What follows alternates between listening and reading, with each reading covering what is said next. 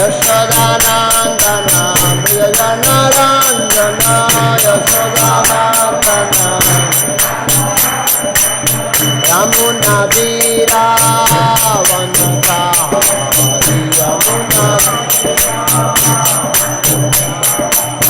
यमुनातीरावनचारि यमुनातीरा जय राधा माधव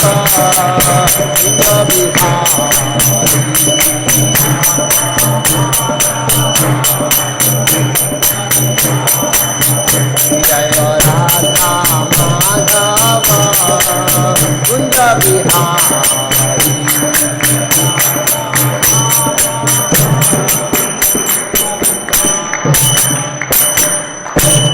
एवं विष्णुपाद परमहंस परिव्रजक आचार्य श्री श्रीमद वैचरणारविंद भक्ति वेदांत स्वामी प्रभुपाद की अनंत कोटि वैष्णव विंद की शिष्य गौर निताई की शिला प्रभुपाद की निताई गौर प्रेमानंदे।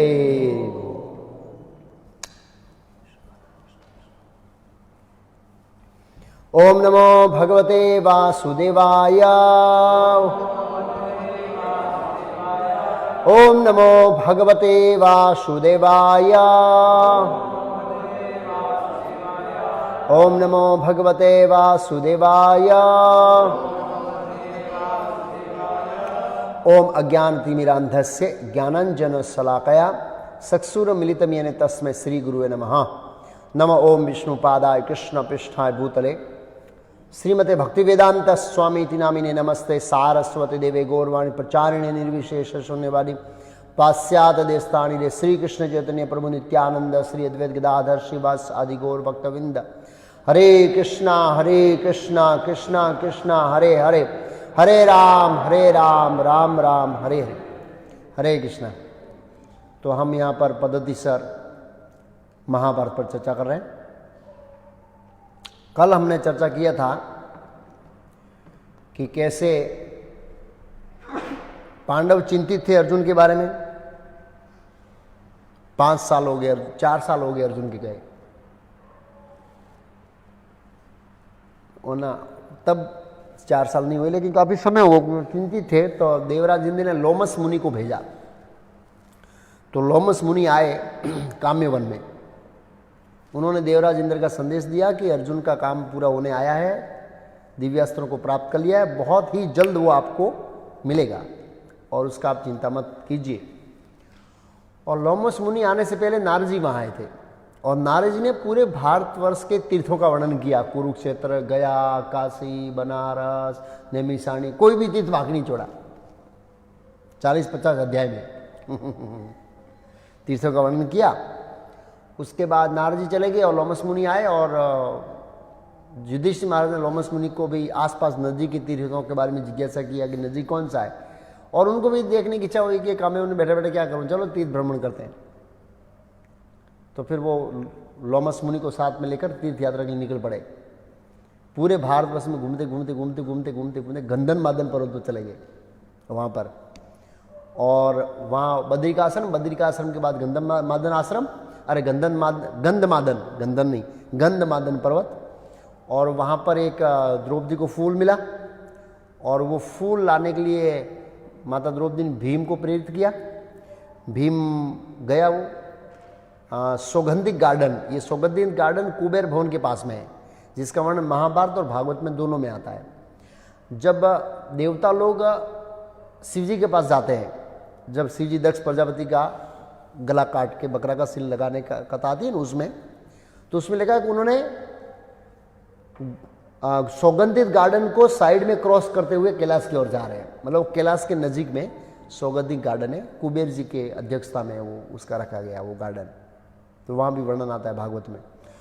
भीम गया और बीच में कदली वन आता है। सौगंधित गार्डन और गंधमादन के बीच, गंधमादन पर्वत के बीच में कदली वन आता है, जिसमें हनुमान जी रहते हैं, या फिर वहाँ मिले, उनको भेंट हुआ उन दोनों का।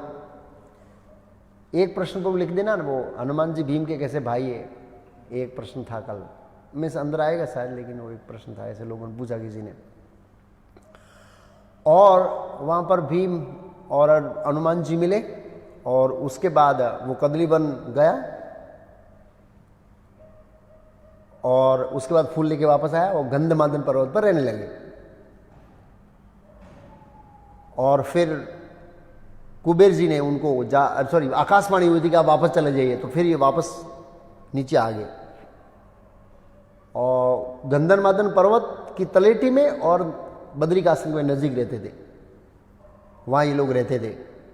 तो एक जटासुर नाम का एक असुर था, ब्राह्मण के वेश में वहाँ पर पांडवों के साथ में हो गया, बद्रिकाश्रम के आसपास कहीं। बोला मुझे ये मंत्र आता है, मैं ऐसा करता हूँ, ये हूँ वो हूँ। लेकिन भीम को उसके ऊपर डाउट था क्योंकि वो हमेशा अस्त्र शस्त्र को देखता रहता था। भीम को डाउट हुआ कि ये थे अस्त्र शस्त्र क्यों देखते, ब्राह्मणों को अस्त्र शस्त्र क्या ले देना, ब्राह्मण तो मंत्र बोलेंगे, यज्ञ करेंगे, ये करेंगे, अस्त्र शस्त्र में कोई रुचि रखता है, इसका मतलब गड़बड़ है। लेकिन ठीक है, ब्राह्मण ने बहुत ध्यान नहीं दिया।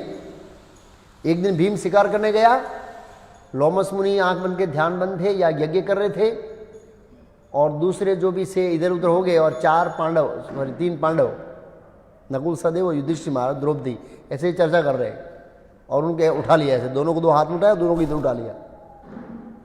और युधिष्ठिर महाराज इतने छोटे लग रहे हैं, यहाँ पर इतने लग रहे, बस यहाँ पर युधिष्ठिर महाराज कितने लग रहे हैं, इतना बड़ा राक्षस। फोटोग्राफी में जो बताया उसमें बताया है ऐसे, बस युधिष्ठिर महाराज इतने लग रहे, बस ऐसे करके इधर एक, इधर ऐसे, एक और 2 हाथ में 2 लेके भाग गया है।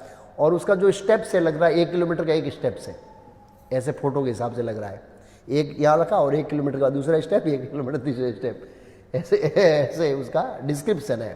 इतना भयानक असुर था। और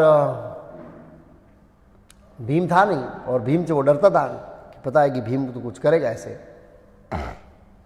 लेके भागा। और ये सब तीनों भाई आपस में चर्चा कर रहे क्या करना है, भीम है नहीं, तो चिल्लाए बहुत। सहदेव ने कैसे भी करके वो अपनी तलवार लिया और वहां से छटक गया और नीचे गिर गया सहदेव। लेकिन अब वो इतना बड़ा है, उसकी तलवार कहाँ काम करेगी ऐसे। फिर वो भगवान की योजना से भीम को पुकार रहे थे लोग, भीम उसी रास्ते से खड़ा है, भगवान उसको ऐसा बुद्धि दिया कि वो उसी रास्ते से जाए जैसे चैतन्य महाप्रभु लीला में आता है ना, वो चोर होते हैं, चैतन्य महाप्रभु उठा के घूमते तो वापस उनके घर पर ही आ जाते हैं। तो ऐसे भीम, उनको लगा कि भीम दूसरी दिशा में, वो उसी दिशा में गया और भीम को पुकार रहे थे, तब तक तो सामने खड़ा आके हो गया। और फिर भीम ने उसके साथ भयंकर युद्ध किया और उसको मार दिया। युधिष्ठिर महाराज ने बहुत उसको गाली दिया कि तुम ऐसे ब्राह्मण के वेश में और ऐसा अधर्म करते हो, लेकिन वो तो असुर था एक्चुअली, ऐसे हो गया। फिर तो नर नारायण आश्रम के रहते हुए वृषपर्वा, महर्षि वृषपर्वा के वहाँ, और फिर वहाँ से आष्टीकेण के आश्रम में आना। फिर द्रौपदी को भीम, वहाँ पर भीम वो तलेटी में गंधमादन पर्वत की तलेटी में आ गए नीचे। और एक दिन द्रौपदी ने भीम को उकसाया कि इस गंधमादन पर्वत में जितने भी राक्षस हैं उनको मार दो, बेचारे ऋषि लोग आराम से रहेंगे, तपस्या करेंगे। तो भीम को तो ऐसा था ही कि कुछ कोई कहे, और तो चैलेंज ले लिया, बोला तुम्हारा इतना बाहुबल है, क्या कर रहे हैं, सब ब्राह्मणों को परेशान कर रहे हैं, असुर यक्ष वेक्ष सब राक्षसों को खत्म कर दो।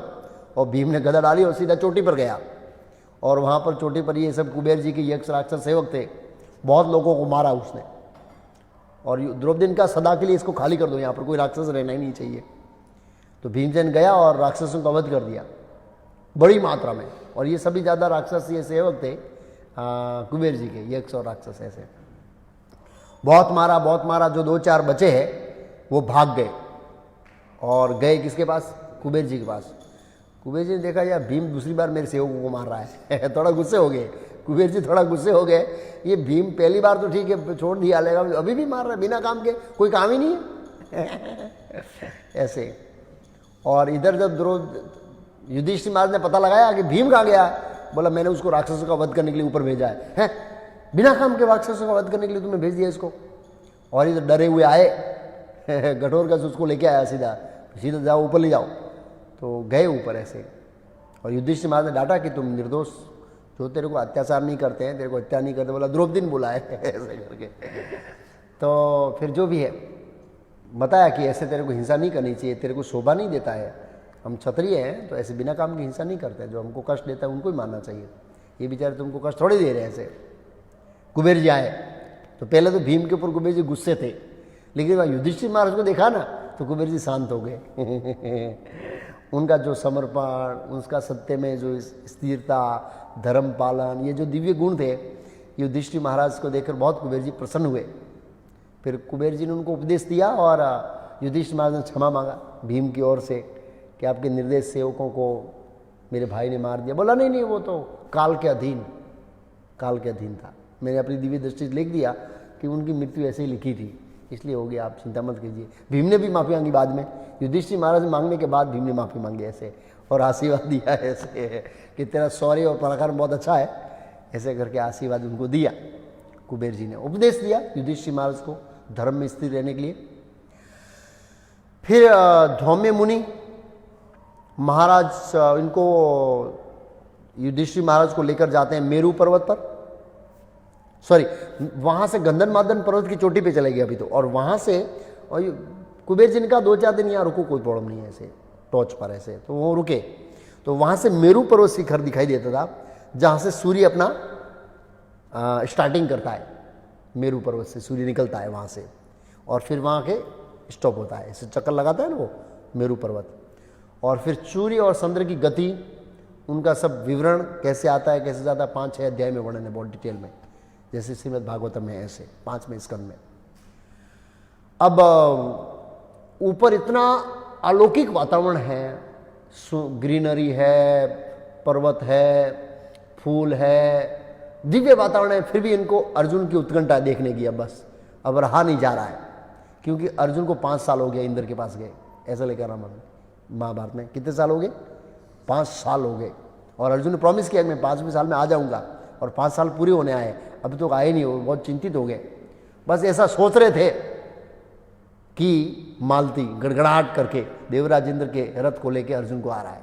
वहाँ ये लोगों मिलन का हुआ गंधमादन पर्वत पर, वहाँ पर अर्जुन आया, सीधा आया और सबसे पहले धौम्य मुनि का शरण स्पर्श किया, उसके बाद युधिष्ठिर महाराज का और भीम का भी चरण स्पर्श किया, वो उसके बड़े भाई थे, नकुल सहदेव ने उनका चरण स्पर्श किया, ये शिष्टाचार ऐसे अर्जुन ने आशीर्वाद दिया। ऐसे रात्रि रुके, शाम के समय में दोपहर के बाद आए थे, और सुबह में देवराज इंद्र आए, दूसरे सुबह में, कि आपको कर्ण की ओर से, द्रोणाचार्य, कृपाचार्य, पितामह भीष्म की ओर से डरने की जरूरत नहीं है, क्योंकि सभी देवों के अस्त्र मैंने अर्जुन को दिलवा दिए, इसलिए आप वो अब डर निकाल दीजिए बिल्कुल, और युद्ध में आप विजयी होंगे, आप चिंता मत कीजिए। ऐसा करके आश्वासन देके चले गए, और देवराज इंद्र का आप वापस काम्य वन में चले जाइए। यहाँ से देवराज इंद्र बोला अब आपका काम पूरा हो गया, इधर स्वर्ग का सब काम, आप चले जाइए वापस काम्य वन में, और विजय होंगे, क्योंकि सभी दिव्यास्त्र अर्जुन के पास है, इसलिए आप लोग विजय होंगे।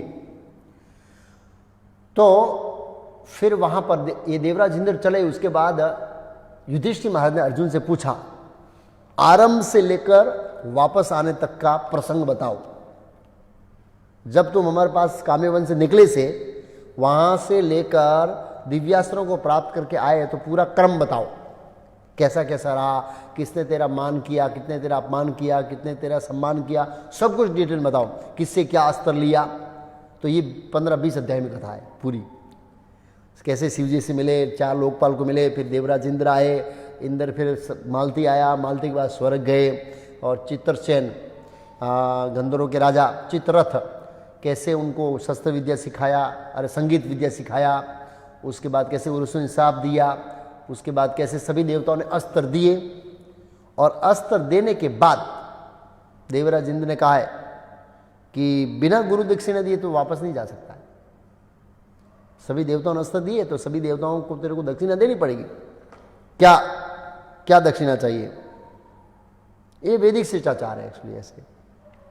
तो एक भक्त ने बोला मैं भागवतम लूंगा है, कॉमेंट में लेगा एक भक्त ने, तो मैं तो गुरु नहीं हूँ, तो मैं मजाक कर रहा था, मेरा कोई अधिकार नहीं है ऐसे गुरु दक्षिणा लेने का, लेकिन ये वैदिक शिष्टाचार है इसलिए ऐसे। जो वास्तव में गुरु होते दीक्षा लेते हैं हम, उनको गुरु दक्षिणा देना चाहिए। मतलब जो अगर गृहस्थ है तो धन तो देना ही देना चाहिए उसको, कंपलसरी ऐसा नहीं है, लेकिन जो सन्यासी उसको, मैं तो ब्रह्मचारी बनने का प्रयास कर रहा हूँ लेकिन मैं गुस्सा दे रहा था कि ऐसे ही आप लोग भागवतम लीजिए, तो एक भक्त ने बोला लेंगे, एक भक्त ने बोला भागवतम पूरा हो गया, एक भक्त ने बोला प्रभु भागवतम भी है हमारे पास, चैतन्य चरित्र भी है, 16 माला करता हूं, तो क्या करना है? ठीक है, प्रचार करो, कृष्ण भक्ति का प्रचार करो। तो कहने का मतलब ये है कि ये वैदिक शिष्टाचार हमारा कल्चर है, संस्कृति है वैदिक की, गुरु से हम ज्ञान लेते तो दक्षिणा रूप में कुछ देते हैं। तो देवराज इंद्र ने बोला तुमने दिव्यास्त्र लिए, सब तुझे देना चाहिए, ये तेरा कर्तव्य बनता है। तो आप बोलिए, तो बोला नहीं प्रॉमिस करो कि तुम दूंगा। हाँ लेकिन मेरा सामर्थ्य होना चाहिए। हाँ बोला तेरा सामर्थ्य है, हम ऐसी गुरु दक्षिणा मांगेंगे जिसमें तेरा सामर्थ्य है, ऐसी दक्षिणा नहीं मानेंगे तेरा सामर्थ्य नहीं है। हाँ तो गुरु ऐसी दक्षिणा मांगता है ना, सामर्थ्य देखता है ना, ऐसे नहीं बोलता भाई शिष्य को जा 5 करोड़ लेके आ मेरा मंदिर बनाना है, ऐसा नहीं बोलता है, वो उसका सामर्थ्य देखता है गुरु ऐसे। हाँ बोला प्रॉमिस, अगर मेरा सामर्थ्य होगा तो मैं करूंगा। बोला सामर्थ्य है। तो बोला 3 करोड़, कितने करोड़? निवात कवच, निवात कवच के नाम के दैत्य हैं, पाताल लोक में रहते हैं, उनको वरदान है कि उसको देवता नहीं मार सकते और बड़े घमंड में रहते हैं और वे जगत का आगे जाके नाश करेंगे या परेशान करेंगे सबको, उनका वध कर दे। कितने करोड़? देवराज इंद्र ने अपना स्वयं मालती वाला रथ दिया इंद्र को और सभी देवताओं ने आशीर्वाद दिया, तथास्तु। खाली मालती और अर्जुन अकेला गया और पूरा करके आ गया सब कुछ। 3 करोड़, कितने करोड़? असुरों को मार के आ गया, गुरु दक्षिणा देवराज इंद्र की। और देवराज इंद्र बड़े प्रसन्न हुए, सभी देवताओं ने आशीर्वाद दिया कि मनुष्य मीन्स आपको कोई इस जगत में परास्त नहीं कर सकता, आप इतने विशेष धनुधर हैं, ऐसा करके उनको आशीर्वाद दिया। और उसके बाद ये जब कथा पूरी हो गई, स्वर्ग में जाने से लेकर वापस आने तक की, तो युधिष्ठिर महाराज ने बोला, जब उन्होंने दिव्यास्त्र वर्णन किया कि मैं इस पर ये दिव्यास्त्र चलाया, इस पर ये दिव्यास्त्र चलाया, इस पर ये दिव्यास्त्र चलाया, तो ये सब दिव्यास्त्र, युधिष्ठिर महाराज हृदय के भले व्यक्ति थे ऐसे स्वाभाविक रूप से, क्योंकि उन्होंने ऐसे मार काट के, उनके पास दिव्यास्त्र थे नहीं और तो धर्म में स्थित रहने वाले व्यक्ति थे। तो उनको जिज्ञासा हुई कि ऐसे कैसे, ये अस्त्र कैसे है, मेरे को देखना है। तो नकुल सर ने कहा भाई हमको भी देखना है। भीमसेन ने कहा भाई हमको भी देखना है ये कैसा है। बोला कल सुबह दिखाऊंगा सत्वगुण में। यस, फिर अर्जुन ने कहा सत्वगुण दिखाऊंगा। सुबह में सब नित्य कर्म पूरा हो गया, मंगला आरती, मॉर्निंग प्रोग्राम, सब 16 माला, भागवत क्लास सब पूरा हो गया। हाँ तो ऐसे क्या आपको ऐसा लग रहा है कि पांडव 9 बजे उठते थे? No, full morning program, full morning program. Yes, कभी मिस नहीं करते। भगवान का शुद्ध भक्त होता है, कभी मॉर्निंग प्रोग्राम मिक्स नहीं करता है, कभी भी नहीं। हाँ उनका वो स्टैंडर्ड वो अलग हो सकता है, लेकिन मॉर्निंग प्रोग्राम सब करते थे। मॉर्निंग प्रोग्राम पूरा लिखा है, प्रातः कर्म, प्रातः कर्म का मतलब क्या है? मॉर्निंग प्रोग्राम सब करते थे। यस, जो कृष्ण भक्ति में गंभीरता से आगे बढ़ना चाहता है, प्रभुपाद जी का मॉर्निंग प्रोग्राम मस्ट, कंपल्सरी, कभी भी मिस नहीं होना चाहिए, वही कृष्ण भक्ति में आगे बढ़ सकता है। तो सुबह दिखाऊंगा। और सब सुबह मॉर्निंग प्रोग्राम जब पूरा हो गया, जो भी हो गया, उसके बाद अर्जुन ने सब तैयारी किया और पूरे मंत्रों के साथ सब तूणी धनुष से लेकर अब चढ़ा रहे हैं दिव्यास्त्र को। तब तक नारद जी बोला ये सब दिव्यास्त्र सैंपलिंग के लिए थोड़ा ही है। इसको बिना लक्ष्य के नहीं समझ, बिना लक्ष्य के तुम नहीं चला सकते, इसका लक्ष्य होना चाहिए कुछ। और लक्ष्य में तो देवराज इंद्र ने मना किया था कि मनुष्यों के ऊपर तो चलाना नहीं, विशेष कोई हो ऐसा जीवन संकट पड़ जाए और उसमें ये चला सकते हैं सब दिव्यास्त्र। मतलब सामने योग्य व्यक्ति होना चाहिए, तुमसे कमजोर व्यक्ति उसके ऊपर नहीं चलाना चाहते।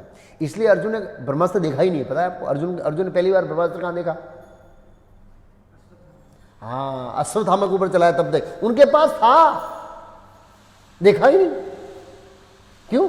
जब अश्वत्थामा ने सामने जो ब्रह्मास्त्र चलाया और उसका वो जब देखा, ओ हो इसका परिणाम, तो वो सही क्या है? बोला ब्रह्मास्त्र। ब्रह्मास्त्र का सामना दूसरा ब्रह्मास्त्र चलाओ, दोनों चलाया तो उसका दोनों का इफेक्ट बहुत डबल हो गया। सब लोग जलने लगे, तीनों लोगों को हाँ बोला, दोनों वापस खींच लो, दोनों वापस खींच लिया अर्जुन ने, जाओ। तो कहने का मतलब ऐसा है कि उनके पास सब कुछ था लेकिन बताया नहीं था। वो तो सामने जैसे लोग थे ऐसे ही लोगों के लिए बाणों का उपयोग होता था, युद्ध का ये नियम था एक्चुअली ऐसे है। तो नारद जी ने मना किया कि इनको तो सामान्य मनुष्य के ऊपर नहीं चला सकते हैं और बिना लक्ष्य के चलाएगा तो ब्रह्मांड में आपत्ति आ जाएगी, इसको नहीं चलाना चाहिए। तो अर्जुन ने सब वापस खींच लिया एक्चुअली ऐसे। फिर भीम प्रस्ताव रख रहा है कि अब हमें जल्दी ही काम्यवन में जाना चाहिए। क्यों? बोला 11 साल पूरे हो गए, अब हमारे पास 1 साल एक है और उसके बाद अज्ञातवास है, और अब हम इतने दूर हैं, वहाँ जाएंगे, जाकर मेंटली प्रिपेयर होना है कि हम सबको क्या करना है, युद्ध करना है। हाँ, वहाँ जाएंगे, मिलेंगे, सेना वेना इकट्ठी करेंगे, तैयार करेंगे, तो अब हम चलिए। नहीं तो ऐसा ना हो कि अगर हवा खा खा के बहुत अच्छी हवा आ रही है गंधमादन पर्वत पर और फूलों की सुगंध की हवा आ रही है और हम पड़े रहेंगे 12 साल, यही हो जाएगा, पता ही नहीं लगेगा। तो सबने स्वीकार किया, हाँ ये बात सही है, जाना चाहिए काम्यवन। तो गंधमादन पर्वत से बद्री का आश्रम आए, बद्री का आश्रम से सुबाहु नगर आए, सुबाहु नगर से सरस्वती नदी के तट पर आते आते तटवर्ती प्रदेश लिखा है, तटवर्ती प्रदेश में आते आते सीधे द्वैतवन में प्रवेश किया। द्वैतवन मीन्स काम्यवन से थोड़ा दूर है, दूसरी साइड में, वो मैं प्रवेश किया।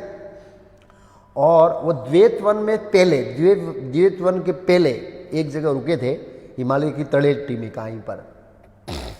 तो एक दिन भीम शाम को ऐसे ही डिस्टर्ब हो गया था, मतलब कि क्या ये तपस्या कराते, उठाओ गदा मारो या दुर्योधन को राज्य ले लो, बस ये सब झंझट छोड़ो, धर्म वरम ये क्या है धर्म, वो धर्म नहीं पालते, हम क्यों पाले? धर्म सबके लिए होता है ना, ऐसा नहीं है हमारे लिए धर्म है उसके लिए धर्म नहीं है, ऐसा करके थोड़ा वो ऐसे थे। गदा डालते शिकार करने के लिए निकल गया बिंदास, शाम को 5-6 बजे के बीच में, 5 से 7 के बीच में शिकार करने के लिए, अपना क्रोध शिकार करने के लिए निकल गए। तो एक बहुत बड़ा अजगर था, तो उसके तो खाली चाल से सांप भाग जाते थे, चाल से उसकी चाल पड़ती थी पैरों की, उससे बड़े बड़े सांप अंदर भाग जाते, बिल में घुस जाते थे। और ये अजगर ने पूरा मौका देकर उसको झपेट में ले लिया, फट देनी। और भीम को, भीम ट्राई कर रहा है, कोई ऐसा नहीं हो रहा है। भीम से ऐसे 50 नहीं 1000 अजगर एक साथ मचल के रख देता हूँ, 1000 हाथी का बल है और इसमें तो कुछ हो ही नहीं रहा है। बहुत ट्राई किया। अजगर के अंदर बहुत खतरनाक ताकत होती है, पता है आपको? वो एक बार किसी को लपेट लेता है ना, फिनिश। एक बार एक अजगर था, तो वो शिकारी होता है ना, उसको कोई वो दिखाता है, क्या बोले, जादू, तो उसने अपने गले में डाला, तो अजगर ने टाइट किया और उसको मार दिया। वो शिकारी देखते वो लोग खेल देख रहे हैं, तो सोचा ये जादू कर रहा है, और गिर गया तो लोग सोचे जादू कर रहा है, लेकिन फिर मर गया। हाँ, तो ऐसा है। तो बहुत ट्राई किया, फिर उन्होंने पूछा, यार तू किस जात का प्राणी है, मेरी इतनी शक्ति तेरे ऊपर काम नहीं कर रही है, तेरे को कोई वरदान है, तू कोई देवता है, ये है, बता तो सही। तो उन्होंने मनुष्य की भाषा में बात किया कि महाराज नहुस हूं मैं, तुम्हारा पूर्वज, लेकिन अब सांप की योनि में हूं, बहुत दिन से भूखा हूं, बड़ी भूख लगी है, अच्छा हाथ में आया है, और मेरे ऊपर वरदान है कि 5 से 7 मतलब लास्ट प्रहर, दिन का अंतिम प्रहर में कोई मेरे पंजे में आएगा, वो दुनिया का कितना भी शक्तिशाली क्यों ना हो, वो खिंचक नहीं सकता। इसलिए तू छूट नहीं सकता बेटा, आज मेरा फिस्ट पका है। ऐसे करके भीम तो बेचारा निराश हो गए, बोले क्या करेंगे, ऐसे ट्राई कर रहे हैं अभी तक, लास्ट मोमेंट तो उसने छोड़ा नहीं, प्रयास कर रहे हैं। बोला तुम प्रयास कर ही मत, शांति से बैठ जाए ऐसे। और मुझे मेरा जन्म याद है, मैं नहुस हूँ ऐसे। और उसके बाद युधिष्ठिर महाराज को पता लगा भीम कहीं गया, तो ये धौमी मुनि को लेकर आए, ढूंढते उन्होंने देखा कि बहुत बड़े अजगर के पंजे में फंसे हुए। तो युधिष्ठिर महाराज ने उससे कहा, भाई आप कौन हैं? तो उन्होंने परिचय दिया, मैं नहुस हूँ, मुझे मेरा पिछला जन्म स्मृति है, और मेरे ऊपर वरदान है और भूख लगी है, मैं इसको खाऊंगा बस। तो बोला मैं दूसरा कुछ दे दूं इसके बदले में, जो बोला नहीं इसको ही खाऊंगा मैं। बहुत डिस्कशन हुआ लंबा, इसको खाऊंगा। तो बोला मैं आपको प्रसन्न करने के लिए क्या कर सकता हूँ, आप बताइए, इसका ऑप्शन कुछ है? बोला हाँ ठीक है, अगर आप इसको छुड़ाना चाहते हैं तो आप मेरे प्रश्नों का उत्तर दीजिए, अगर आपके प्रश्नों से उत्तर से मैं प्रसन्न हो गया तो इसको छोड़ दूंगा, वो एक ऑप्शन है, उसको ट्राई करके देख लेते हैं। तो ठीक है पूछो। तो उन्होंने प्रश्न पूछा, जैसे यक्ष के साथ संवाद होता है ना, ऐसा ही इसके साथ संवाद। ऐसे बहुत सारे प्रश्न पूछे, लेकिन वो वर्णाश्रम धर्म के रिलेटेड थे। 2 प्रश्न हमारे रिलेटेड है। ऐसे प्रश्न था कि ब्राह्मण कौन है, पहला प्रश्न। दूसरा प्रॉब्लम है कि ब्राह्मण को किस चीज़ की जिज्ञासा करनी चाहिए, मतलब उसको कौन से तत्वों को जानना चाहिए। ब्राह्मण को जानने योग्य तत्व क्या है, किस तत्व को ब्राह्मण को जानना चाहिए। तो उन्होंने वही ब्राह्मण के 9 गुण बताए, समा दमा तप शौषम ज्ञानम विज्ञानम आस्तिकयम ब्रह्म कर्म स्वभावजम। ये ब्राह्मण 9 गुण है, ये ब्राह्मण के अंदर होने चाहिए। तो उन्होंने स्वीकार किया। अब बोला ब्राह्मण को कौन सा तत्व जानने का प्रयास करना चाहिए, पर ब्रह्म का तत्व। कौन सा तत्व, पर ब्रह्म का तत्व जानने को ब्राह्मणों का प्रयास होना चाहिए। तो ब्राह्मण का लक्ष्य क्या है, ब्रह्म जानाति इति ब्राह्मण, जो ब्रह्म को जानता है, पर ब्रह्म को जानता है। पर ब्रह्म कौन है, भगवान कृष्ण। पर ब्रह्म परम धाम पवित्रम परम भगवान, पर ब्रह्म को जानना चाहिए, वो ब्राह्मण का मुख्य गुण है। अगर वो ब्राह्मण वो नहीं जानता है तो रियल ब्राह्मण नहीं है, रियल ब्राह्मण नहीं है। ये जवाब दिया। युधिष्ठिर महाराज ने फिर सामने दूसरा प्रश्न पूछा कि मनुष्य की कितनी गति है इस जगत में, मतलब 3 गति है, नीचे नरक, मीडियम पृथ्वी और ऊपर स्वर्ग, 3 गति है, और तीनों के कर्मों के अनुसार गति होती है। फिर पूछा आपको ये मोह उत्पन्न कैसे हुआ। उन्होंने बताया मैं राजा नहुष हूँ, स्वर्ग से मेरा पतन हुआ है ऐसे, और जब मैं गिर रहा था तो अगस्त्य मुनि ने को पूछा भाई मेरा खुराक क्या होगा। बोला शाम में तीसरे प्रहर में शाम के समय में तेरे पंजे में जो भी आएगा वो तेरा खुराक। बोला मेरी मुक्ति कैसे होगी। बोला युधिष्ठिर महाराज से तेरा साथ संवाद होगा ना तब तेरी मुक्ति होगी, इसलिए इनको भीड़ को पकड़ के रखा, खाया नहीं। बोला अगर इसको खा गया तो मैं आजीवन सांप के शरीर में रहूंगा। बोला युधिष्ठिर महाराज के साथ तेरा संवाद होगा और उससे तुम्हारी ये पाप कर्म चला जाएगा, तेरी बुद्धि ठिकाने आएगी, तुमने जो अपराध किया उसका रियलाइजेशन होगा, तेरे को अफसोस होगा, और फिर तू स्वर्ग में आ सकता है वापस, तेरा पुण्य वहीं का वहीं है। लेकिन घमंड होने के कारण उसको पुण्य को आवृत कर दिया गया है ऐसे करके। तो उन्होंने पूछा युधिष्ठिर में आपको मोह कैसे उत्पन्न हुआ। बोला व्यक्ति को 3 चीजों से मोह उत्पन्न होता है, धन संपत्ति मीन्स ऐश्वर्य ऑपुलेंस, और पद पोस्ट। इन 30 से व्यक्ति को ऊपर इतना मद चढ़ जाता है ना कि कुछ नहीं दिखता है। फिर उन्होंने बताया कि ये तीनों का मेरे ऊपर कैसे प्रभाव पड़ा और कैसे मैं मोहित हुआ। उन्होंने इतिहास बताया, मैं स्वर्ग से कैसे गिरकर सांप योनि में, अजगर योनि में आया। तो उन्होंने बताया कि मैं स्वर्ग गया था इस शरीर के साथ, महाराज नहुष, जैसे अर्जुन गया था ऐसे। और उस समय देवराज इंद्र ने वत्सासुर का हत्या किया तो ब्रह्म हत्या का पाप लगा, तो डाकिनी उसके पीछे पड़ी थी, ब्रह्म हत्या रूपी डाकिनी। तो देवराज इंद्र जाके कमल के डाली में बैठ गए अंदर। तो वहां पर स्वर्ग में कोई राजा नहीं था।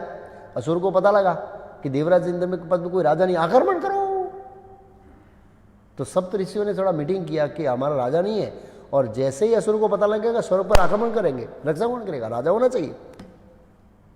ऐसे नजर लगाई तो कोई राजा योग्य है नहीं, लेकिन राजा नहुष पावरफुल थे, वो सक्षम थे, काफी गुण थे, 50% गुण थे देवराज इंद्र के आसन में बैठने के लिए। सॉरी, गुण काफी थे लेकिन पुण्य नहीं थे। तो सप्तऋषियों ने सोचा क्या करेंगे अभी, इसके बाद पुण्य नहीं है, इस स्तर का पुण्य होगा वही देवराज इंद्र के सिंहासन पर बैठ सकता है। तो सप्तऋषियों ने ठीक है हमारा पुण्य ट्रांसफर कर देते हैं। सीधा कंप्यूटर खोला, जैसे हम पैसा ट्रांसफर करते हैं, ठक ठक ठक कोड मारा, ठक दंड चला गया, और 50 से 100%। हाँ, ऐसे पहले पुण्य ट्रांसफर कर सकते थे। अभी भगवान ने कलयुग में सिस्टम बंद कर दिया। क्यों? जैसे लोग आता बैंक में हैंगिंग करते हैं ना, कुमार कृष्ण कैसे प्रभु का पैसा चला गया। तो हाँ, आपको पता नहीं, मोबाइल में से पेटीएम में से पैसा चला गया। हाँ, तो ऐसे लोग कलयुग में क्या करेंगे, दूसरे लोगों का पुण्य ले लेंगे और उसके अंदर अपना पाप उसके खाते में डालेंगे, जा तुम भोग। इसलिए भगवान ने कलयुग में सिस्टम ब्लॉक कर दिया है, कलयुग में नहीं चलेगा। तो उन्होंने पुण्य ट्रांसफर किया, देवराज इंद्र को सिंहासन में बिठाया। अब क्या है, गुजराती में क्या है, लागवत, हिंदी में क्या बोले, लागवत लगाएंगे पास करे, इसको हिंदी में क्या बोलेंगे, जिसको लागवत लगाकर पास कराते हैं परीक्षा में, उसका क्या होता है, राजा नहुष जैसा होता है। अब इसको लागवत लगाकर इंद्र बनाया, वास्तविक क्वालिफिकेशन थे नहीं। जब हमारी रियल क्वालिफिकेशन नहीं होती और हम पद पर बैठते हैं तो पद का मिसयूज करते हैं। क्या करते हैं हम लोग, जब हम पद पर बैठते हैं और हमारा रियल क्वालिफिकेशन नहीं है तो 100% हम पद का दुरुपयोग करेंगे, मिस यूज करेंगे, कोई बच नहीं सकता उसका। तो क्या हुआ, अब ये बैठ गया और इसके ऊपर भूत सवार हो गया, मैं देवराज इंद्र हूं, वहां हूं वहां हूं। तो बोला भाई ओह इंद्राणी को बोलो शशि देवी को हमारी सेवा में उपस्थित हो जाए। इंद्र मैं ही हूं अभी, तो मेरी सेवा में उपस्थित हो जाए, चिट्ठी लेगा। और वो चिट्ठी भेजा उन्होंने बृहस्पति को कि इसकी बुद्धि भ्रष्ट हो गई है, ये मेरे पतिव्रता धर्म का नाश करेगा, क्या करूं मैं। सेवा में हाजिर होने को बोला है मेरे को। बृहस्पति बड़े बुद्धिमान थे बोला मेरे पतिव्रता धर्म की रक्षा कीजिए गुरुदेव, इसकी बुद्धि भ्रष्ट हो गई है। लागवत लगाकर बिठाया ना, इसलिए ऐसा हुआ है। तो बृहस्पति ने कहा आप उनको चिट्ठी में जवाब दीजिए कि आज तक मैंने देवराज इंद्र को हाथी की सवारी पर बैठकर मेरे महल में आते हुए देखा है, रथ की सवारी पर बैठ के आकर देखा है, घोड़े पर आकर बैठे देखा, घोड़े पर चढ़कर आते देखा है, अलग अलग बताया ये से। लेकिन आप सप्तऋषियों की पालकी में बैठ के आइए। किसकी पालकी में? सप्तऋषि आपको उठाए और उसके ऊपर पालकी में आप बैठ के आइए और मैं आपकी सेवा में हाजिर हो जाऊंगी।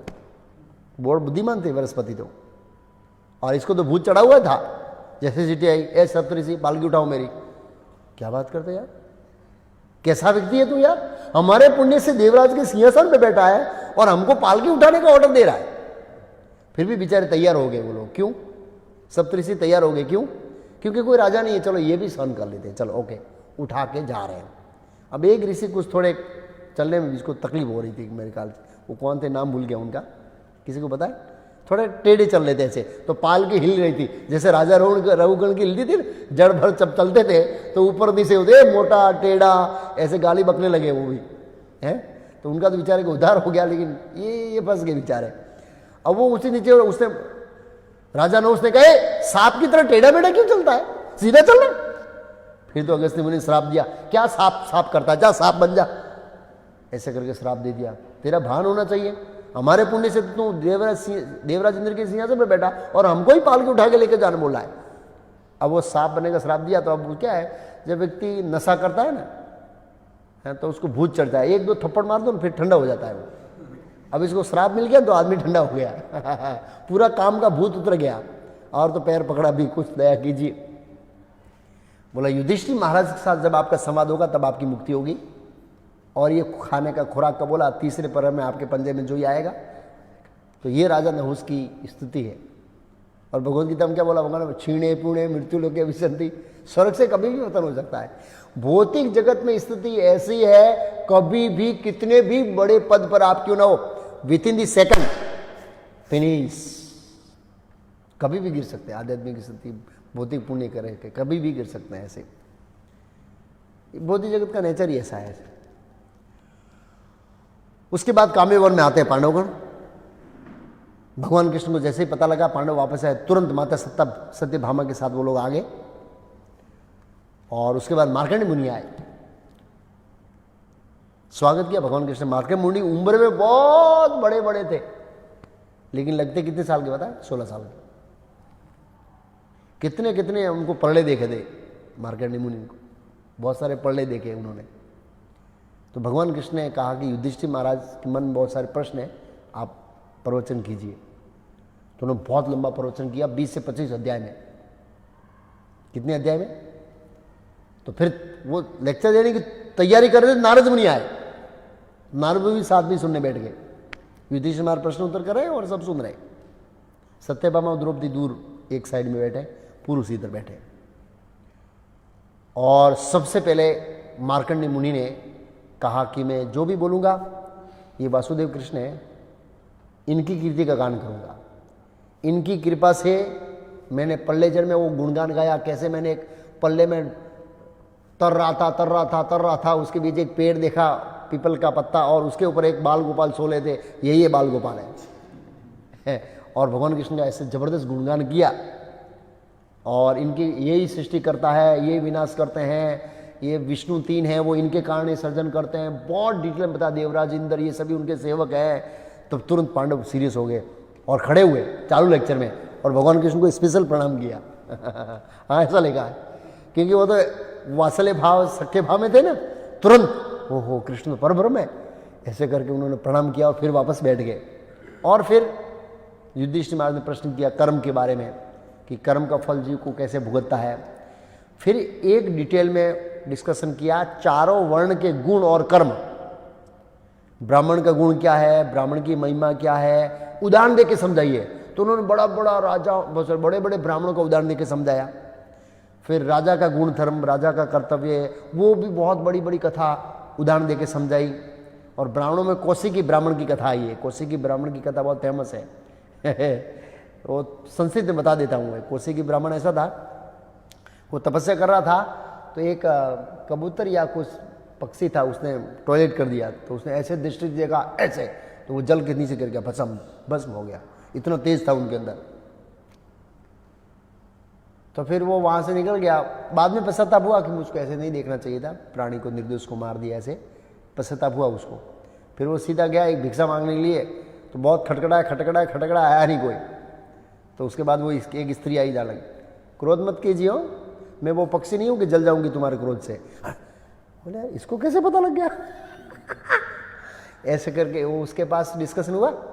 और उसके बाद वो गए एक व्याध जो क्या बोलते हैं तुलाधार वैश्य, नहीं तो वो कथा बाद में आएगी। एक व्याध था जो ऐसे ही मांस बेच का व्यापार करता था, तो बहुत बड़ा धर्म का तत्वज्ञानी था वो। और इस ब्राह्मण ने, उन्होंने कहा कि तुमको वो चर्चा करेंगे व्याध धर्म के बारे में, उपदेश देंगे, उनके पास जाओ। उनके पास गया, बहुत लंबा डिस्कशन हुआ है वर्णाश्रम के आधार पर, ब्राह्मण क्षत्रिय वैश्य शूद्र इत्यादि। तो ये चारों वर्णों को लेकर युधिष्ठिर महाराज, उनके गुण और कर्म मार्कंडेय मुनि ने इतिहास का साक्षी देकर सब समझाया डिटेल में कथाओं।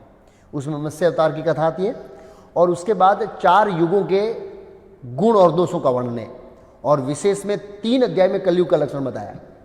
कितने अध्याय में? श्रीमद् भागवत के बारे में इसके अंदर 1 अध्याय का कलयुग का लक्षण है, उसमें 3 अध्याय के बारे में बताया कलयुग का लक्षण। बहुत भयंकर लक्षण लिखा है उसमें। एक लिखा है कि 12 साल में आदमी के बाल पक जाएंगे मतलब वाइट हो जाएंगे। अभी तो बाल बच्चे छोटे होते हैं तब से वाइट बाल होते हैं जो भी है। 8 साल की स्त्री बच्चे को जन्म दे देगी कलयुग के एंड में ऐसे। और 16 साल मीन्स ओल्ड एज, 16 साल हो गया है मतलब 70-80 साल अभी के, ऐसा आदमी हो जाएगा, सब शरीर खगड़ जाएगा ऐसे। अन्न में से सब रस चले जाएंगे। और ये तो मैं अपने खुद की अनुभूति, जब मैं छोटा था राजस्थान में वो बाजरी खाता था, अभी वो बाजरी का टेस्ट नहीं है, कोई टेस्ट नहीं है। फूलों के अंदर से सुगंध चली जाएगी, वातावरण बहुत चेंज, प्राकृतिक वातावरण चेंज हो जाएगा, सब नेचुरल जो वातावरण है वो चेंज हो जाएगा। क्षत्रिय मतलब क्षत्रिय में ये नेता इतना टैक्स डालेंगे कि पब्लिक छोड़ के जंगल में चली जाएगी। टैक्स का भार बहुत डालेंगे, हम देख रहे हैं ना, बहुत टैक्स डाले, दिन प्रतिदिन टैक्स बढ़ रहा है ऐसे। वैसे क्षत्रिय का कर्म करेंगे, क्षत्रिय वैसे कर्म करे, कोई वर्णाश्रम सिस्टम नहीं रहेगा, सब उल्टा उल्टा हो जाएगा। वर्णाश्रम के बारे में ये बोला। ब्राह्मणों के बारे में बोला कि वो खाली दिखावा मात्र ब्राह्मण का होगा, गुण नहीं होगा। और श्लोक और पंडिताई से लोग प्रभावित होंगे, ऐसा लिखा है। और ऐसा वो हम देख रहे हैं, श्लोक और पंडिताई, उनकी बाह्य पंडिताई से लोग आकर्षित होंगे, गुणों से नहीं। क्षत्रिय के बारे में बताया, वो लोगों का शोषण करेंगे। ब्राह्मण अपनी आजीविका का प्राप्त करने के लिए ही मंत्र तंत्र बोलेंगे, उसका काम रहेगा आजीविका प्राप्त करना। ऐसे साधुओं के बारे में बहुत खराब बोला है, सबसे ज्यादा धन साधुओं के बारे में पास ही रहेगा, ऐसा कहा है। सबसे ज्यादा धन साधु के पास रहेगा। हाँ, कलयुग में सबसे ज्यादा धन साधुओं के पास। एक दिन मेरे ऊपर फोन आया, चैतन्य महाप्रभु दास बोले। मैं को हाँ, एक्सिस बैंक से बोल रहा हूं मैं। हमको बोली, बोला खाता खुलवाना है। बोला क्यों, क्या करूंगा खाता खुलवा के, पैसा ही नहीं है। तो अरे पैसा नहीं है आपके पास? हाँ, मेरे को पैसा नहीं। क्यों? मैं बोला मैं साधु हूं। अरे साधु है तो ज्यादा पैसा होना चाहिए। देखो रामदेव बाबा को कितना पैसा है, वो अपना फ्लाइट लेके खुद घूमता है। मैं बोला ए ग्रेड का साधु है, मैं लो क्लास का साधु हूं रियल में बोला साधु के पास तो ज्यादा होना चाहिए। वो क्या नाम है? बोले चटनी खाओ ये हो जाएगा। उसका नाम क्या है? निर्मल बाबा। देखो निर्मल बाबा का पंजाब नेशनल बैंक में खाता है, कितना लोग हर रोज कितना रुपया डालते हैं वो शो में जाने के लिए। आप उसे ऐसा करो ना। अब बैंक वाले को क्या है, वो खाता खुलाने के लिए टारगेट दिया जाता है, मैनेजर बोलता है इतना खाता रोज खोलो भाई, साधु का खोलो, चोर का खोलो, व्यापारी का खोलो, लेकिन खाता खोलो। अब ऐसे लोगों का खाता खोले तो बैंक डूबेगी ना, इसलिए बहुत सारी बैंकें डूब रही है, और अभी तो बहुत और डूबने वाली है। तो निर्मल बाबा, हाँ हमारे एक भक्त है विजय गिरधारी, उनकी वाइफ पंजाब नेशनल बैंक में निर्मल बाबा का खाता है। तो निर्मल बाबा के सत्संग में जाने के लिए 3,000 रुपये पहले यहाँ पर जब डिपॉजिट करेंगे आपको अपॉइंटमेंट मिलेगी, इस दिन इस जगह पर सत्संग होगा, वहाँ पर आप आ सकते हैं। हाँ, एक महीने में उसके खाते में 9 करोड़ आए ऐसे, और सरकार भी हिल गई ऐसे। टैक्स निर्मल बाबा को काय का टैक्स भाई, मांगता नहीं, लोग देते हैं। भारत का संविधान बताओ, लोग स्वैच्छिक दे रहे, नहीं दिया टैक्स, बड़ा बुद्धिमान है। हाँ, तो उसका कहने का मतलब बैंक वाले का आप ऐसा कुछ करो ऐसे, तो कलयुग में ऐसे ही होंगे, और लोग देते हैं। ऐसे लोगों को करोड़ों रुपए देते हैं, और जो सही वास्तव में भक्ति करने वाले उसको नहीं देते, बुद्धि नहीं लगाते लोग। जो भी है, साधु के बारे में ऐसा बताया, और धर्म के बारे में बताया कि लोग मनुष्य की पूजा करेंगे, भगवान अर्च विग्रह की देव की पूजा नहीं करेंगे। हम देख रहे हैं साईं बाबा मनुष्य है, साईं बाबा मनुष्य, लोग उसकी पूजा कर रहे हैं, कृष्ण की पूजा नहीं कर रहे। कलयुग का लक्षण है, क्लियर। बहुत डिटेल में बताया हर चीज के बारे में, प्रजा का व्यवहार, पारिवारिक झगड़ा, माँ बाप बच्चे को मार देंगे स्वार्थ के लिए, बच्चे माँ बाप को मार देंगे स्वार्थ के लिए, बहुत डिटेल वर्णन है। और वो वर्णन देखते हैं तो समाज में ऐसा ही हो रहा है, और लोग इतने दुखी होंगे कलयुग में, बहुत भयंकर दुखी होंगे। और हम देख रहे हैं दुख भुगत रहे हैं, अभी कितना दुख भुगत रहे हैं लोग कलयुग में, इतना दुख।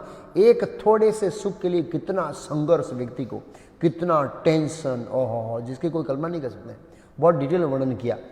कलयुग आयु कम होगी, आहार सब वो है, बोला कलयुग में अन्न बेचा जाएगा। मतलब इससे पहले अन्न बेचता नहीं था, लोग अन्न बेचते नहीं थे कलयुग में। तो ऐसे बहुत सारी लंबी भविष्यवाणी है, और हम इस कलयुग में से निकलना चाहते हैं तो हमारे पास एक ही रास्ता है, छतरी बनाना है। किसकी छतरी? हरे कृष्णा कृष्णा कृष्णा हरे हरे, हरे राम राम राम हरे हरे। तो ये तो कोरोना का सैंपलिंग है, हम देख पाप बद रहा है दिन दिन, कोरोना सैंपलिंग। आगे ऐसे आएगा कि आप शांति से घूम भी नहीं सकेंगे, ऐसी स्थिति आएगी, ऐसी परिस्थिति आएगी, शांति से घूम नहीं पाएंगे बाहर। आगे ये तो सैंपलिंग है, तो शुरुआत है कलयुग का एक्चुअली। ऐसे तो 5,000 साल गए हैं, 4,28,000 साल निकालना है अगर आप चाहते हैं। क्योंकि इस जन्म में आप अभी क्या बोले, पेट्रोल कितना रुपया अभी? 70 रुपया। अगले जन्म में 700 रुपया हो जाएगा, आप जन्म लेंगे तब तक। हाँ, और मोहम्मद क्या नाम है वो हमारा राष्ट्रपति था, क्या नाम? अब्दुल कलाम ने भविष्यवाणी किया, ज्यादा नहीं 50 साल के बाद आप अपने 50 साल के बाद आप अपने बेटे को बोलोगे, बेटा मैं मेरी कार है पानी से धोता था। आप पानी से धोते थे दादा? क्यों? बारिश नहीं गिरेगी आगे जाके। गार्डन को प्रोटेक्शन करने के लिए पुलिस होगी। अभी कोरोना में जैसे पुलिस खड़ी है ना, ऐसे गार्डन की चारों ओर मिलिट्री लगाई जाएगी। पानी नहीं है तो गार्डन को बचाने के लिए। हाँ, ये उन्होंने बोला। रियली बहुत खराब हालत खराब हुई, लोग इतने पाप कर रहे हैं। अब कोरोना डाउन है, भगवान ने उनको भजन करने का समय दिया, फिर भी पाप कर रहे हैं लोग। देखिए पेपरों में आता है ना सब, क्या लोगों की एक्टिविटी लिखी, लोग क्या करते हैं घर में बैठे बैठे, वो टीवी वाले इंटरव्यू लेते, आप क्या करते हैं, ये करते हैं, वो करते हैं, क्या करते हैं, नॉनसेंस, सब नॉनसेंस कर रहे हैं। लोगों की बुद्धि ठिकाने नहीं आ रही है। भगवान ने उसको एक इंडिकेशन दिया है कि सुधर जाओ बेटे, लोगों की बुद्धि ठिकाने नहीं आ रही है, इतना मार खाने के बाद भी।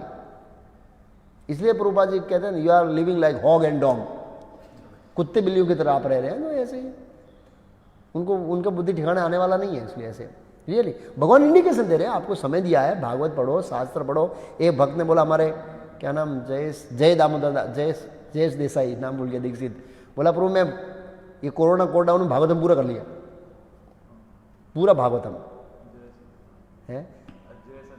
जयेश दामोदर नहीं, जयेश देसाई है लेकिन दीक्षित नाम दूसरा है, भूल गया मैं, जयेश दामोदर है। तो वो वास्तव में भगवान ने ऐसे होना चाहिए कि भगवान ने पूरी जिंदगी दौड़े गए, कम से कम इस समय के अंदर तो हम क्या कर, कुछ शास्त्र पढ़ लें। भगवान ने भजन करने का मौका दिया है, लोग पाप में ही प्रवृत्ति में लग गए। लो, अब भगवान दूसरे इंडिकेशन देना चाहते हैं, हम दूसरा करते हैं, इंद्रिय भोग। तो ये कलयुग के लक्षण है, नहीं सुधरेंगे, खाएंगे, खूब मार खाएंगे, परेशान होंगे, ऐसी स्थिति है। फिर कल के अवतार का वर्णन आता है कलयुग में, एंड में कल के अवतार कैसे आएंगे। आगे स्कंद मीन्स कार्तिकेय के जन्म की कथा आती है, देवसेना के उनके साथ विवाह की कथा आती है, मार्कंडेय मुनि बोल रहे अभी तक, और स्कंद ने महिषासुर का वध किया उसकी कथा आती है। अब ये इधर मार्कंडेय मुनि कथा कर रहे थे तो इधर दो माता द्रौपदी और सत्यभामा की कथा चल रही थी पैरेलल। ये तो बड़े बड़े लोग बैठे थे, तो वैदिक शिष्टाचार के अनुसार उनके साथ नहीं बैठे थे, दूर बैठे थे दोनों माता। तो सत्यभामा ने माता द्रौपदी से प्रश्न किया कि द्रौपदी, मैं देख रही हूं कि तुम्हारे 5 पति तुम्हारे वश में है, कभी तुम पर क्रोध नहीं करते हैं, तुमसे बहुत प्रसन्न रहते हैं, इसका रहस्य क्या है? तुम्हारे पास कोई जड़ी बूटी है, कोई दवा है, कोई मंत्र है, कोई जादू है? हम 16,108 है और पति एक है, फिर भी प्रसन्न नहीं कर पा रहे, क्या रहस्य तेरे पास? तो द्रौपदी ने बहुत अच्छा एक चैप्टर के अंदर, 2 चैप्टर के अंदर सॉरी, पतिव्रता स्त्रियों के लिए बहुत अच्छा संदेश दिया है। और जहां तक मैं समझता हूं कि कलयुग में वो पालन कर पाना बहुत कठिन है। मतलब कठिन है, मतलब करने की कोई इच्छा ही नहीं करेगा, और इस्कॉन में तो कोई इच्छा नहीं करेगी। क्यों? सबको गुरु बनना है। क्या बनना है? हाँ, पतिव्रता से थोड़ी बनना है। क्या बनना है? गुरु देवी जय हो गुरु देवी जय हो। हाँ, बाकी रियली इस परिवार, अगर भौतिक दृष्टिकोण से भी परिवार में बहुत शांति जिस जीवन यापन करना है, तो माता द्रौपदी के जो उपदेश है सत्यभामा को, जबरदस्त उपदेश है 2 चैप्टर में। एक पतिव्रता स्त्री को कैसे वो पांडवों को प्रसन्न रखती है। बोला, पतियों को उठने से पहले उठ जाती हूं, वो सोने के बाद में सोती हूं, उनकी सेवा में, उनके मन को जानकर उनकी सेवा करती हूं मैं, कभी भी उनको कष्ट नहीं देती हूं। बहुत डिटेल में जबरदस्त वर्णन किया। और आधुनिक, आज के आधुनिक स्त्रियों को बोलेंगे तो बोला ये डोमिनेट कर रहे हैं, हमको डोमिनेट करने के लिए बोल रहे हैं, बस हम डोमिनेट हो। वैसे भी डोमिनेट हो रहे हैं ना पूरी जगत में। अब पति डोमिनेट नहीं करेगा तो दूसरा डोमिनेट करेगा। हाँ, पर मुझे भक्ति विकास महाराज ने लिखा कि ये आरोप कर रहे हैं कि हम, हमारा पति हमारा शोषण कर रहा है। महाराज ने कहा, अनेकों से शोषण होने से अच्छा है एक से शोषण होना। बाजार में अनेक शोषण कर रहे हैं सब।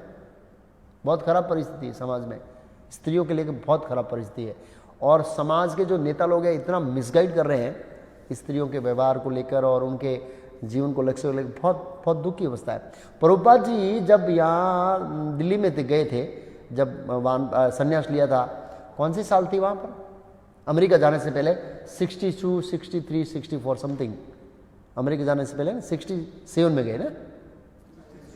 हाँ 64 में जिला प्रभुपाद जी रेगुलर वृंदावन से 64 में वृंदावन से दिल्ली जाते थे और दिल्ली शहर के अंदर स्त्रियों को घूमते देखते तो प्रभुपाद जी को धासका लगा कि यार कितना कलयुग का वातावरण खराब हो गया है।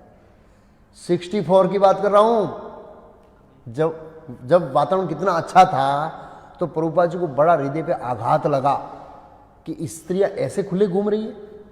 आप सोचिए, तो अब तो कितना समाज का पतन हो गया है, बहुत खराब पतन हो गया है एक्चुअली, बहुत गंभीर स्थिति है समाज में। और पाप हो रहा है, इससे पाप का बढ़ावा हो रहा है। सब स्त्रियों को भोग करना चाहते हैं, बाहर निकाल के शोषण करना चाहते हैं। इसलिए तो बहुत अच्छा उपदेश दिया स्त्री धर्म के बारे में, सभी माताओं को पढ़ना चाहिए जो वास्तव में प्रभुपाद जी को फॉलो करना चाहते हैं और प्रभुपाद जी की शिक्षाओं के अनुसार कृष्ण भक्ति का जीवन यापन करना चाहते हैं, उसको पढ़ना चाहिए। पालन हो नहीं हो सेकंड स्टेप, पहला स्टेप है जानना, दूसरा स्टेप है समझना, तीसरा स्टेप है पालन करना, तो होना चाहिए। और वो उपदेश देकर भगवान कृष्ण ने विदाई लिया। मार्कंडेय मुनि भी चले गए, नारद जी भी चले गए, भगवान कृष्ण सबसे मिले और द्वारका गए। और यहाँ से युधिष्ठिर महाराज के एक ब्राह्मण गया हस्तिनापुर, वहाँ रहता था और वहाँ गया ऐसे ही। धृतराष्ट्र महाराज ने समाचार पूछा तो बहुत बड़ा दुखी हो गया धृतराष्ट्र महाराज कि अर्जुन दिव्यास्त्रों को लेके आ गया, ये हो गया, बहुत टेंशन में फिर जा गया। फिर विदुर जी को बुलाएगा, फिर विदुर जी समझाएगा, फिर विदुर जी को क्रोध करेंगे। ये स्टैंडर्ड है किसका? धृतराष्ट्र महाराज का। विवश अटैचमेंट, पुत्र के प्रति अटैचमेंट सेम। ऐसा नहीं था कि उनको पांडवों के प्रति द्वेष है, लेकिन विवश, पुत्र मोह के अंदर विवश, कुछ कर नहीं सकते, ऐसी स्थिति है बस। सेम वही, इधर दुर्योधन की ओर देखता है तो उधर पिघल जाता है, युधिष्ठिर की ओर देखता है तो उधर पिघल जाता है। तो बहुत कठिन स्थिति है, वो राजा होने के लायक नहीं है, डिसीजन मेकर नहीं है परफेक्ट, इसलिए बहुत गंभीर स्थिति है एक्चुअली उनकी ऐसी। और अब दुर्योधन ने सुना कि पांडव आ रहे हैं और फूल फूल रहे हैं, तो अब दुर्योधन योजना बनाएगा कि पांडवों को कैसे डिस्टर्ब करना है। तो कल योजना शाम को प्रस्तुत होगी दुर्योधन की कि पांडवों को डिस्टर्ब करने के लिए कौन सी योजना काम करेगी, और वो योजना बनाएगा, आएगा, पांडवों को डिस्टर्ब करेगा, लेकिन खुद फंस जाएगा। तो कल शाम को चर्चा करेंगे।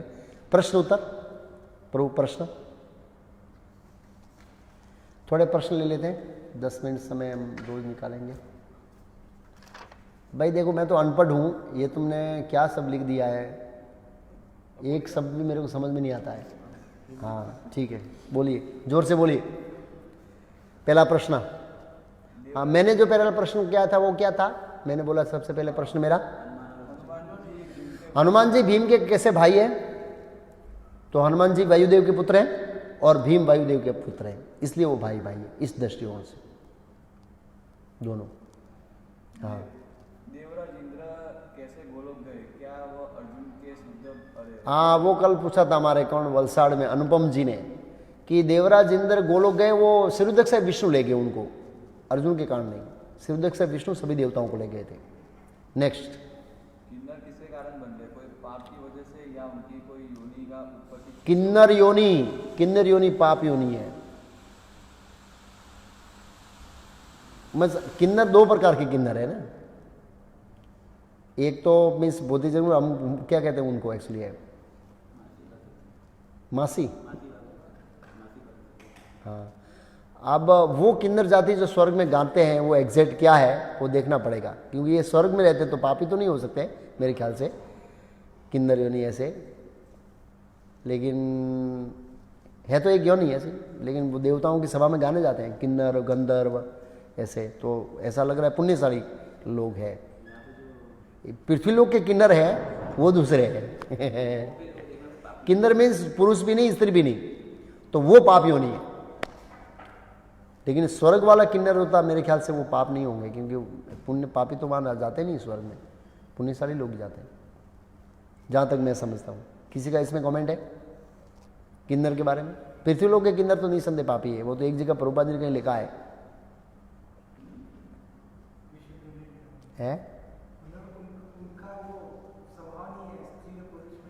हाँ क्या क्या?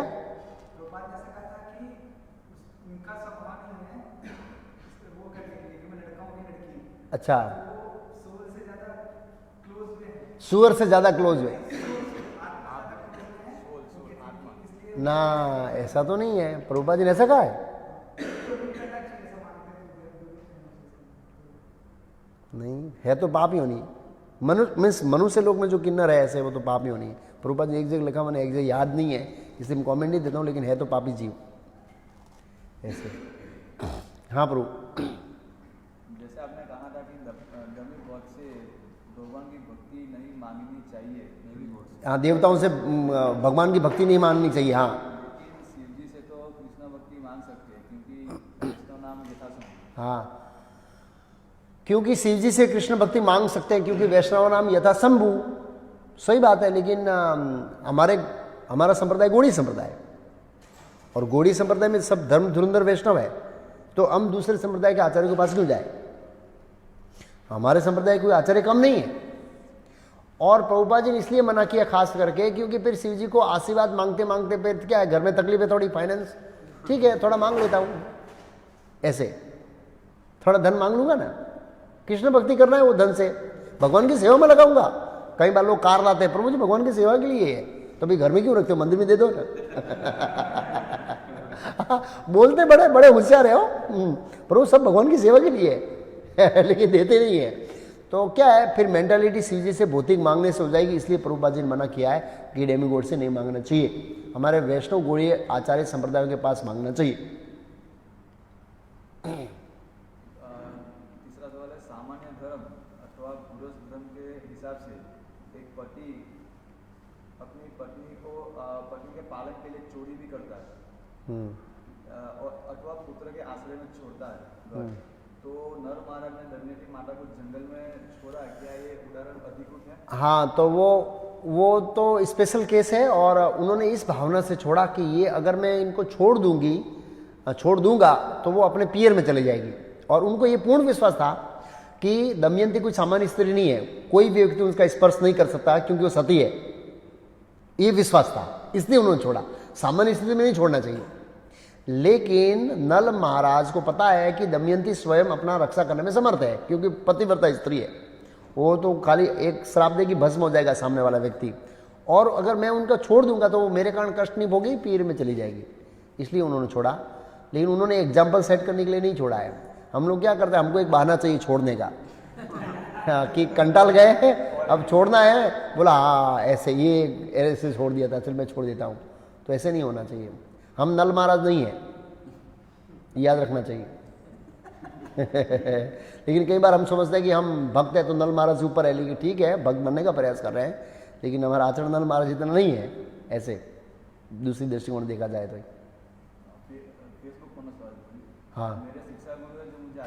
हाँ, मेरे शिक्षा गुरु है जो मुझे आज्ञा देते हैं, और ब्रह्मचारी के साथ भी मेरा संपर्क है, तो किससे शिक्षा लेना चाहिए? तो शिक्षा तो किसी से भी ले सकते हैं, लेकिन वो प्रभुपाद जी को कौन कितना फॉलो करता है उसके पास से प्राइम शिक्षा लेना चाहिए। प्रभुपाद जी को कौन कितना फॉलो करता है उससे प्रधान शिक्षा लेनी चाहिए।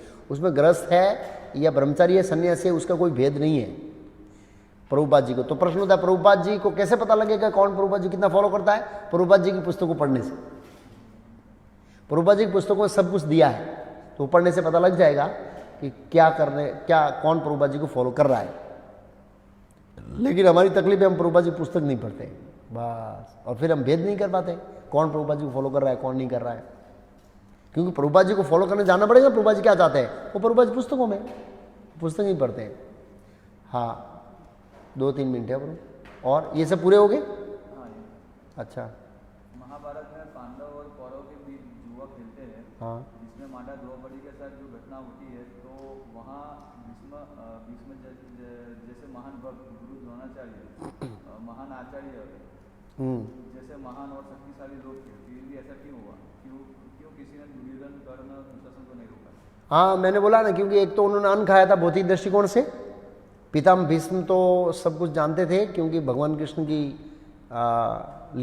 भगवान कृष्ण का जो प्लानिंग है उसको समझना प्रयास कर रहे थे। वो तो उनकी स्थिति दिव्य है, लेकिन दूसरे के सभी मध्वाचार्य के अनुसार दूसरे सभी के ऊपर कलयुग हावी हो गया। कलयुग बैठ गया, इसलिए कोई ने विरोध नहीं किया, और सबने अन्न खाया था उनका। दुर्योधन के दास के रूप में रहते थे। दुष्टों के संग का ये परिणाम है। अधर्म होते हुए भी हम देखते नहीं है। अधर्म हो रहा है, हम नहीं बोल रहे हैं, क्योंकि हम दुष्टों का संग किया है, इसलिए। यस, भक्ति विकास महाराज ने एक लेक्चर दिया है, कर्मी dress of devotee. Prabhupada ji ने तात्पर्य में लिखा है। महाराज बोले कौन है? सबको लेक्चर सुनना चाहिए इस्कॉन वालों को। कर्मी इन ड्रेस ऑफ डिवोटी, डिवोटी के ड्रेस में कर्मी हमारे मूवमेंट में, प्रभुपाद ने तात्पर्य में लिखा है। वो कौन है महाराज बोले? प्रभुपाद जी किसको बता रहे? बहुत जबरदस्त लेक्चर है, वो जानना चाहिए हमको। हाँ, तो क्या प्रश्न था? हाँ, तो मतलब कलयुग बैठ गया था इनके ऊपर, इसलिए नहीं उन्होंने विरोध किया, इसका ये कारण था। जो अंतिम प्रश्न है, भगवान कृष्ण के प्राकट्य था, फिर भी द्वापर राक्षसों की श्रेणी में कैसे, डिटेल में समझाइए। नहीं, भगवान तो कलयुग में भी आप है ना, भगवान तो कलयुग में भी आए ना, चैतन्य महाप्रभु। तो कलयुग तो दुष्ट है ना, तो ऐसा नहीं है कि भगवान आने से युग के गुण अच्छे हो जाएंगे, बुरे हो जाएंगे, वो ऐसे निर्भर नहीं करते हैं।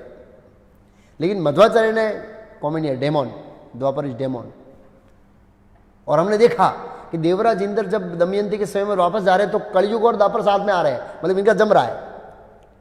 तो आप समझे, कलयुग की मित्रता किसके साथ है? द्वापर के साथ। द्वापर की मित्रता किसके साथ है? हाँ नहीं, द्वापर की मित्रता किसके साथ है? कलयुग के साथ है। त्रेता के साथ कहाँ है? सत्यु के साथ थोड़ा ही है। आप समझे? तो इससे पता लगता है जिसका व्यक्ति संग होता है उसका उसके ऊपर प्रभाव पड़ता है, उसके ऊपर कलयुग का प्रभाव पड़ता है। इसलिए मतलब कि वो शुरुआत है ना, द्वापर कलयुग को शुरुआत करता है।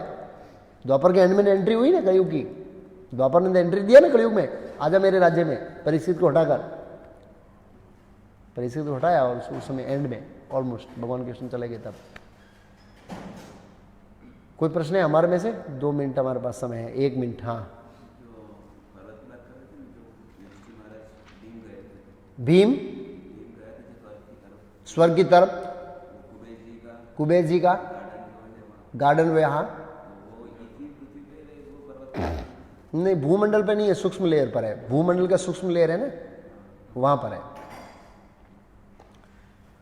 हमारे ये 222 कंट्री, हम जो 25 कंट्री विजिबल देख रहे हैं मैप में, कंप्यूटर में, उससे बाहर एक भूमंडल का जोन है, उसमें वो आता है गंधन मादन पर्वत, क्योंकि वो स्वर्ग का रास्ता जाता है वहां से, स्वर्ग का रास्ता वहां से। हमारे यहाँ पर कोई ऐसा पर्वत नहीं है स्वर्ग का रास्ता जाता है, नहीं तो भीड़ लग जाएगी बड़ी। कोई भी छोड़ेगा नहीं, सब कोरोना में चुपचाप के रह जाएंगे। यहाँ पर कोरोना है, वहां पर कोरोना नहीं है, चले जाते हैं वहां पर ऐसे। ये कैलाश नहीं, दूसरा कैलाश है। हाँ दूसरा कैसे, वो उसमें आता है, मैं बोला भूमंडल के सूक्ष्म लेयर में आता है, साइड में। ये हमारी विजिबल पृथ्वी है, इसलिए ऐसे छोटा है। हरे कृष्णा। शिला प्रभुपाद की हिताय गौर प्रेमानंदे।